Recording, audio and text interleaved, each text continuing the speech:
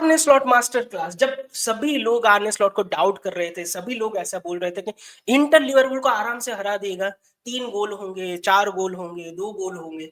Liverpool और आर्ने slot ने defensive master class किया है और अच्छी तरीके से 1-0 से मैच जीता है, वो भी सैन सीरो में। तो भाई आपको क्रेडिट देना पड़ेगा आर्ने स्लॉट को।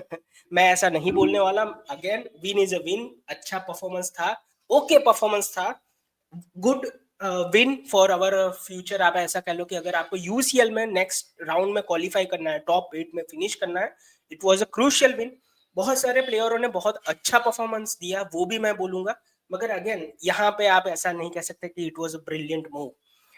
जिसने पूरे 90 मिनट्स देखे ना, इट वाज हार्ड वॉच। मैं बहुत ही ऑनेस्टली बता रहा हूँ, जिस तरीके से हमारी लाइनअप थी, लाइनअप हमारी स्ट्रांग थी मेरे हिसाब से, मगर जो बेंच थी ना वो बहुत कंसर्निंग थी। आप देखो बहुत सारे यंगस्टर, एक लकी करके एक यंगस्टर था, नियोनी था, आप कह लो रियो था, फ्लोरन वर्ट्स था, ब्रैडली, और आप कह लो कि उसके अलावा करकेस, इतने लोग थे और बाकी 2 गोलकीपर, इतने लोग बेंच पे थे। तो हमारे बेंच से लाने का ऑप्शन कोई नहीं था। स्टार्टिंग 11 मैं काइंड ऑफ अग्री करता हूँ, क्योंकि आप गैप्को को, किएजा को और साला को घर पे छोड़ के आए थे, तो आपके पास स्टार्टिंग 11 में यही ऑप्शन होने वाला था। It was good to see Curtis Jones जिस तरीके से पूरे 90 मिनट खेला है, बॉल को उसने बहुत ही अच्छे से प्रोग्रेस किया है, कैरी किया है, बहुत ही बढ़िया परफॉर्मेंस। मैं कहूंगा कि अगर 2-3 बंदों को अगर आपको हाईलाइट करना हो ना, मैं मेरा पहला नाम होगा कर्टिस जोन्स का। मुझे तो मैन ऑफ द मैच लगा। अगेन क्लब ने डिसाइड किया सुबोजलाई को मैन ऑफ द मैच देना, और यूसीएल ने डिसाइड किया ग्रेवनबर्च को मैन ऑफ द मैच देना, मगर मुझे लगा कि भाई Curtis Jones was our best player. मैंने कल स्ट्रीम में भी बोला, वॉच अलोंग में भी, तुरंत ही मैंने ट्वीट भी किया था। अभी भी मुझे लग रहा है कि कर्टिस जोन्स बहुत ही बढ़िया खेला। जिस तरीके से वो बॉल को रिसीव कर रहा था, 1-2 कर रहा था, उस फ्लैंक पे लेफ्ट साइड, लेफ्ट की जो चैनल होती है ना, वहां पे वो ऑपरेट कर रहा था, पॉजिटिव था। ऑफकोर्स हमने कोई क्लियर कट चांस नहीं बनाए पहले हाफ में, मगर 1-2 सेव करने पड़े थे एलिसन को। डिफेंसिवली हम थोड़ा इंप्रूव किए हैं। दूसरा जो मैं बंदे का नाम बोल रहा हूँ, उसका नाम है जो गोमस। मुझे बहुत ही पॉजिटिव परफॉर्मेंस अगेन लगा, डिफेंसिवली अवेयर, कोनाटे को जब जब हेल्प की जरूरत होती है वहां पे वो था। और अगेन मैं यही क्वेश्चन पूछना चाहता हूँ कि अगर आपको पता है कि गोमस आपको कंट्रीब्यूट कर सकता है 45 मिनट 60 मिनट, तो आप पहले से क्यों नहीं यूज किए? अगेन पिछले जितने भी मैच में गोमस खेला है, you can not point out कि भाई इसकी गलती की वजह से हमारा, he was always a decent guy. आप कह लो कि 7 आउट ऑफ 10 हमेशा देगा वो आपको। और मैं बहुत खुश हूँ कि गोमस को फिर से हमने री इंटीग्रेट किया है टीम में। मुझे पता नहीं क्यों एंडो नहीं था कल। अगेन कोई अपडेट मुझे नहीं पता, अगर किसी को हो तो बिल्कुल कमेंट में लिखना, तो मुझे भी पता चल जाए। एंडो भी इसी तरह से हम इंटीग्रेट करें तो हमारे पास एक और ऑप्शन हो जाएगा। जितना जल्दी मैनेजर बाकी लोगों को अपने टीम में, अपने प्लान में इंक्लूड करने लगेगा ना, उतना हमको ही फायदा होगा। इंटर मिलान मैं कहूंगा कि जो हमने एक्सपेक्ट किया था ना, उतना उतना अच्छा नहीं खेली हमारे सामने, स्पेशली सेकंड हाफ में। पहले हाफ में तो उन्होंने ये 2 चांस बनाए थे, एलिसन को 2 बढ़िया सेव करने पड़े थे। उसके अलावा भी मैं कहूंगा कि 1-2 इंजरी हुई है उनके प्लेयर को, जिसकी वजह से उतना ज्यादा कैरी फॉरवर्ड नहीं कर पाए उस मोमेंटम को। अगेन हमने भाई एक गोल मारा था कोनाटे का, और वो रूल आउट हो गया था। और उस पॉइंट पे मुझे लगा कि यार ये शायद फिर से आपको एक हार या फिर ड्रॉ देखने को मिलेगी, नील नील जैसी। मगर अच्छी बात है, फ्लोरन वर्ड्स को हमने इंट्रोड्यूस किया सेकंड हाफ में। सेकंड हाफ में जिस तरीके से वो, देखो मैं बहुत ही ऑनेस्टली बोल रहा हूँ, मुझे ये बंदा बहुत पसंद है। जब भी वो पिच पे होता है, वर्टिकल पासिस स्टार्ट हो जाती है, आप कनेक्ट करते हो लोगों के साथ, वो आपको क्लियरली दिखता है कि is a very good player. और अगेन बॉक्स में जहां पे इसको खींचा गया, उसकी शर्ट को खींचा गया और वो गिरा और हमको पेनल्टी मिल गई। सोबोसलाई बहुत ही अच्छे तरीके से कन्वर्ट किया उसने। एकिटिके का भी मैं नाम बोलूंगा, पहले 25-30 मिनट एकिटिके, कर्टिस जोन्स और आप ऐसा कह लो कि सोबोसलाई, ये 3 बंदे बहुत ही अच्छी तरीके से प्रेस कर रहे थे। मैकलिस्टर थोड़ा बहुत भाई मुझे कंसर्न अभी भी है, जिस तरीके से उसके परफॉर्मेंस है ना, वो पिछले साल वाला मैकलिस्टर बिल्कुल नहीं लग रहा।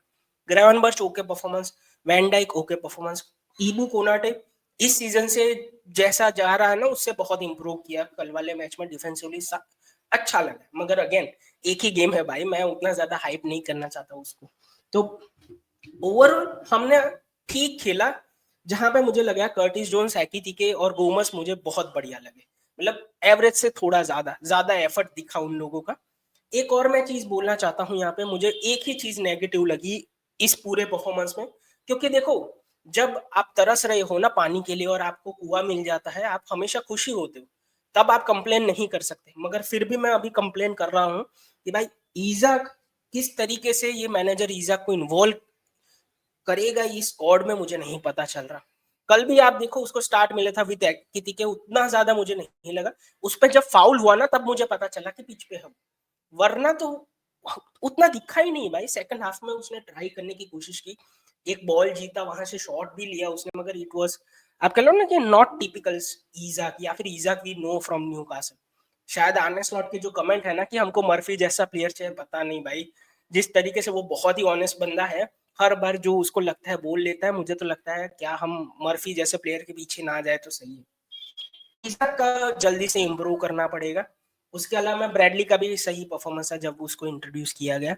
बहुत ज्यादा कंप्लेन नहीं है इस मैच में। आर्ने स्लॉट अगेन बहुत ही इंपॉर्टेंट विक्ट्री आफ्टर जो साला के साथ जो इंसिडेंट हुआ है। अगेन मैं एक दो चीज और बोलूंगा कि गेम के बाद पूछा गया ग्रेवनबर्च को, रॉबर्टसन को, उसके अलावा एलिसन को, कि क्या लगता है इस सिचुएशन के बारे में। साला, स्लॉट, इवन स्लॉट को पूछा गया, सभी का जो रिस्पॉन्स था ना बहुत ही पॉजिटिव था कि भाई जो डिसीजन है उनके हाथ में नहीं है, क्लब के हाथ में।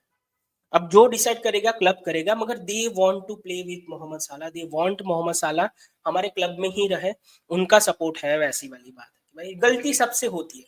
अगर आप ऐसा सोच रहे हो कि मोहम्मद साला ने पब्लिकली जो बोला है गलत है, मैं भी मानता हूँ कि चलो पब्लिकली नहीं जाना चाहिए था, मगर अगेन स्लॉट भी आप कह लो कि इस मैटर को काम डाउन करने की कोशिश कर रहा है। तो लेट्स होप कि ये जो अभी नैरेटिव चल रहा है, मुझे भी लग रहा है कि एडवर्ड्स पुश कर रहा है या फिर जो मैनेजमेंट है वो पुश कर रहा है साला की एग्जिट के लिए, वो ना हो, क्योंकि हमको साला की जरूरत है। हमको, आप मानो ना मानो, हमको उसके गोल की जरूरत पड़ेगी। भले ही वो अभी अफ्रीका कप ऑफ नेशन में जा रहा है, मगर उसके बाद भी हमको उसकी जरूरत पड़ने वाली है।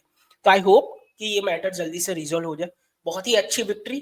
करंटली हम 8th पोजीशन पे है यूसीएल में, जो थोड़ी बहुत होप देता है कि भाई हम टॉप 8 में जाके वो जो नॉकआउट होता है, एक एक्स्ट्रा आपको मैच खेलनी पड़ती है, वो आप एलिमिनेट कर सकते हो, आप डायरेक्टली जा सकते हो नेक्स्ट राउंड में, तो वहां पे हम फिनिश कर सकते हैं। आपको क्या लगता है बिल्कुल लिखेगा। आपका मैन ऑफ द मैच क्या है बिल्कुल कमेंट में लिखेगा। मुझे लगता है कर्टिस जोन्स।